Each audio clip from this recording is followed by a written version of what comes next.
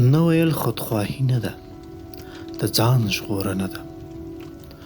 نه ویل یوه داسې لحظه ده لکه څوک چې مو د کور ور ټکوي، ولې ته پوهېږي که ور خلاص کړم هر څه له منځه ځي.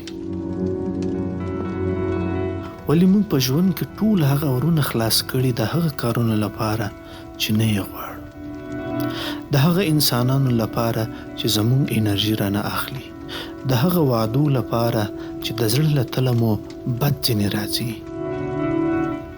نه ویل په ژوند کې لکه د کور ور بندول داسې دي، نه چې څوک اذیت کړي بلکې چې امنیت مو حفظ شي.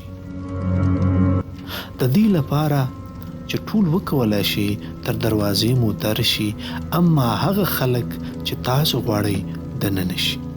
ولې موږ د خپل ژوند ور تل خلاص پرېږدي، هر څوک راځي او یوه ټوټه انرژي مو اخلي او ځي، او یوه ورځ په ځان پوهېږو چې ټول رانه تللي دي او فقط خپل ځپلی ځان مو راسره ده. ولې ځکه موږ نه غواړو څوک خفه شي، ځکه ډاریږو چې څوک راته ونه وایي چې فلانی خودخواه ده، ځکه فکر کوو ښه انسان هغه ده چې تل وایي هو سمه ده.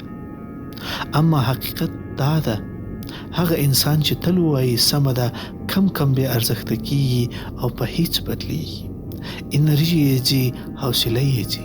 بیا ګوري ټول ځینې توقع لري خو هیڅوک یې د حال پوښتنه نه کوي.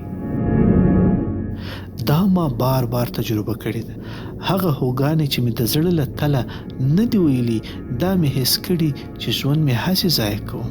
فکر مې کاوه زه یعنې ښه انسان یم، اما شپه چې به راورسېده له یو پوچ حس سره به ویده کېدم، ځکه کوم کارونه چې مې د ځان لپاره غوښتي وو هغه به بیا شاته لوېدلي وو.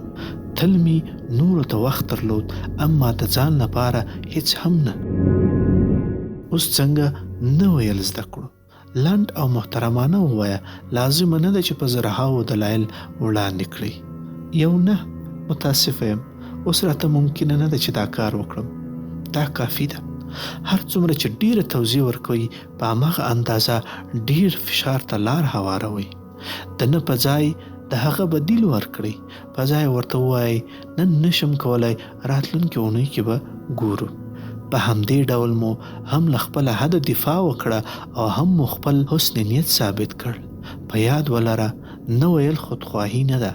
کله چې مو ځان ته اولویت ورکړ، کولی شئ هغه کارونه او هغه خلک چې درته مهم وي انرژي او وخت ورته مختص کړئ. نه ویل یعنی له ځان نه مراقبت کول دي، یعنی انتخاب مو دا دی چې څه شی مو ژوند ته داخل شي او کوم څه نه. یعنی هو ویل مو ارزښت پیدا کړي. په لومړیو کې شاید سخته وي، اما وروسته مو بیرته د خپل ځان یوه ټوټه را اخلي. نو بیا سر له ننه شروع کړئ، له وړو څیزونو یې پیل کړئ. هغه غوښتنې چې فکر کوئ د عادت له مخې دي یو مکس وکړئ، وګورئ زړه مو غواړي او که نه غواړي ورته ووایاست نه.